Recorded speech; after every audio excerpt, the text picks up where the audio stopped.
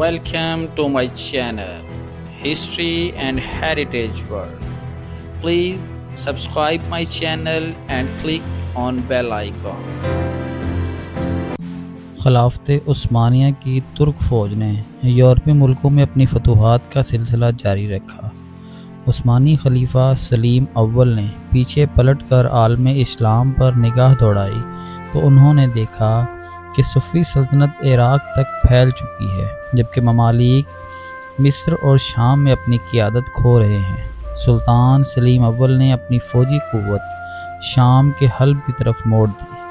ممالک اور عثمانی لشکر کے درمیان ٹکراؤ ہوا، عثمانی فوج کو فتح ہوئی اور 923 میں سلطان سلیم اول القدس کی طرف روانہ ہو گئے۔ انہوں نے بیت المقدس کی دیواروں کی تجدید اور تعمیر نو کا عزم کیا، تاہم زندگی نے ان کو یہ مہلت نہ دی اور ان کا مشن ادھورا رہا، جسے بعد میں ان کے بیٹے نے مکمل کیا۔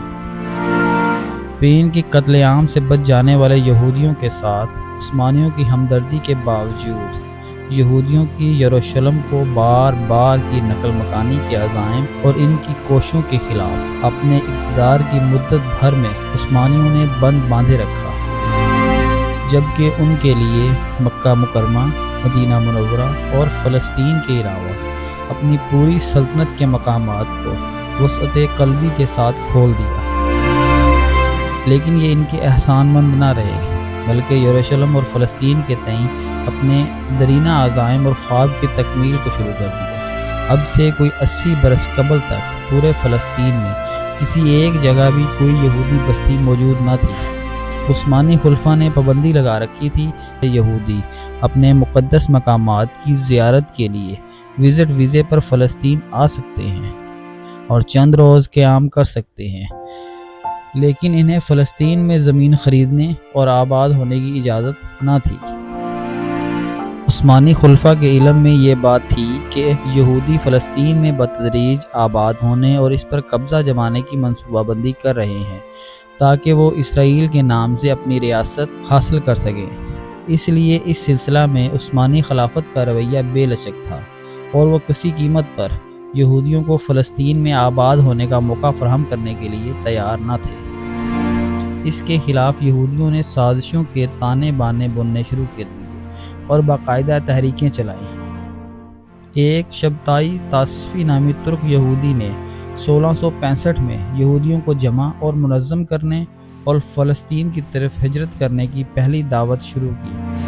پہل یہ ایک خفیہ تحریک رہی، پھر اعلانیہ ہو گئی۔ پرشور مظاہروں کے ذریعے ان کے پیروکاروں کی تعداد سینکڑوں سے تجاوز کر گئی۔ اس کے بعد سلطان نے اس تحریک کے خاتمے کا حکم دیا۔ شبتائی نے اپنے پیروکاروں کو اپنے مقاصد خبیثہ کو حاصل کرنے کے لیے خود کو مسلمان ظاہر کرنے اور خفیہ طور پر کام کرنے کا حکم دیا۔ وقت گزرنے کے ساتھ ساتھ شبتائی کے پیروکاروں کی بڑی تعداد حکومت اور فوج میں اعلیٰ عہدوں پر پہنچ گئی، جو تھے تو حکومت کا حصہ لیکن اس کے پیروکار تھے، اور بطور خاص اس وقت جب سلطنت عثمانیہ شکست و ریخت کے دور سے گزر رہی تھی اور بہت سے لوگ ان کے علاقوں پر قبضہ جمانے کے لالچ میں ان کے ساتھ ہو لیے تھے۔ مصر کے والی محمد علی پاشا نے 1831 میں یروشلم کے شہر شام پر قبضہ کر کے عثمانی حکومت سے علیحدگی کا اعلان کر دیا۔ اس کے دور میں فلسطین میں یہودی برادری کی حالت بہتر ہو گئی تھی۔ اس نے عثمانی پاشا کی طرف سے یہودیوں کے لیڈروں، مالداروں پر عائد ٹیکس اور قرضوں کو معاف کر دیا اور اس طرح یہودیوں کو یروشلم میں ان کے معبد کو بحال کرنے کی اجازت دے دی، اس شرط کے ساتھ کہ وہ پرانی عمارتوں پر کچھ بھی اضافہ نہیں کریں گے اور نہ ہی دیوار گریہ کے ارد گرد ٹائل لگائیں گے، چونکہ دیوار گریہ کے سامنے کا سین سلطان صلاح الدین ایوبی کے زمانے سے اوقاف کی ملکیت تھا۔ اسی لیے اس کی سالانہ رقم کی ادائیگی کے بدلے کسی بھی قانونی حق دیے بغیر اس کی زیارت کرنے اور اس میں عبادت کرنے اور ہیکل سلیمانی کی بربادی اور زوال پر رونے کی اجازت دی گئی تھی۔ جنگ قرم میں اگرچہ سلطنت عثمانیہ کو فتح نصیب ہوئی، لیکن اس موقع پر سلطنت مقروض ہو گئی تھی۔ سلطان عبدالحمید ثانی کی تخت نشینی سے ایک سال قبل یعنی 1857 میں سلطنت عثمانیہ دیوالیہ ہو چکی تھی اور اسے یورپ کا مرد بیمار کہا جاتا تھا۔ اب یورپی طاقتیں اس بندہ بیمار کی آخری رسومات ادا کرنے کی جلدی میں تھیں۔ شاہ روس الیگزینڈر ثانی کے دور حکومت میں روس کے بعض علاقوں میں یہودیوں نے سرکشی کی تو ان کی خوب گوشمالی کی گئی۔ اس موقع پر یہودیوں نے سلطان عبد الحمید سے فلسطین کی طرف ہجرت کرنے کی اجازت طلب کی، لیکن سلطان نے سختی سے منع کر دیا۔ البتہ انہیں پیشکش کی کہ وہ سلطنت کے کسی دوسرے حصے میں آباد ہونا چاہیں تو انہیں اجازت دی جائے گی، لیکن یہودی فلسطین میں آباد کاری پر ہی مصر تھے۔ چنانچہ سلطان نے صاف صاف انکار کر دیا۔ 1887 میں روسی یہودیوں کا ایک وفد عثمانی سفارت خانے پہنچا اور فلسطین میں قیام کی اجازت طلب کی۔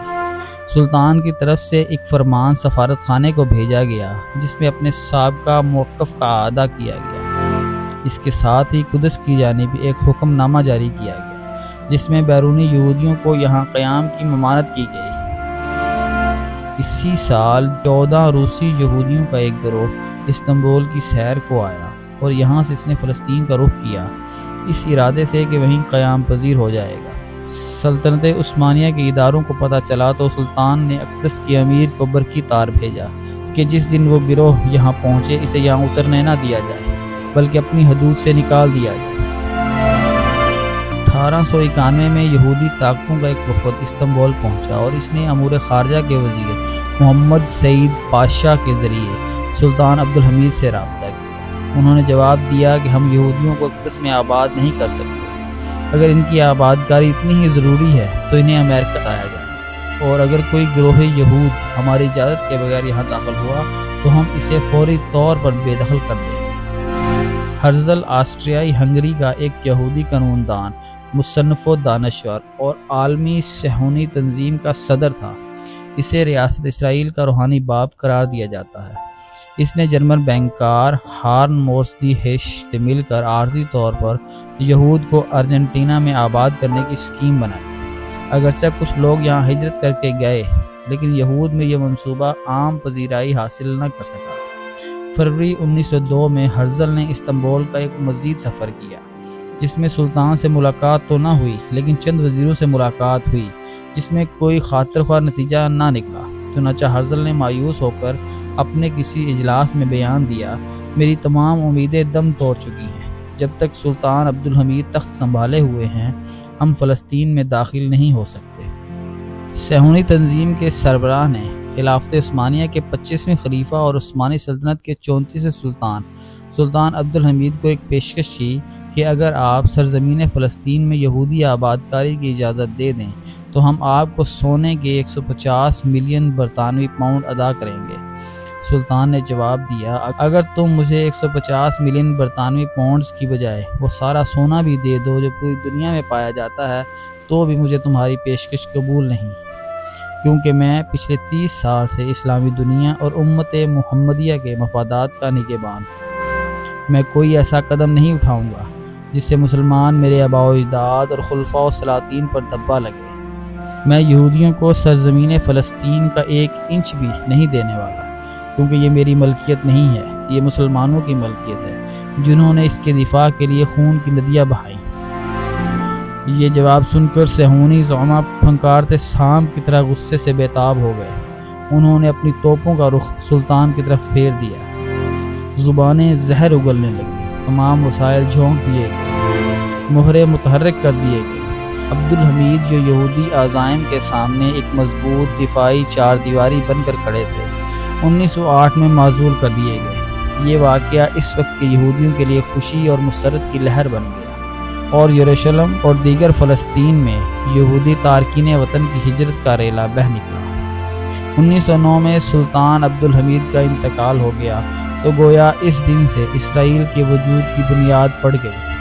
حکومت میں موجود صہیونیت نواز لوگوں کا ایک ایسا طبقہ موجود تھا جو برابر یہودیوں کو فلسطین منتقل کرنے میں مدد دیتا رہا، یہاں تک کہ 1897 میں ان کی تعداد 50,000 تھی اور یہی تعداد 1914 میں 58,000 ہو چکی تھی۔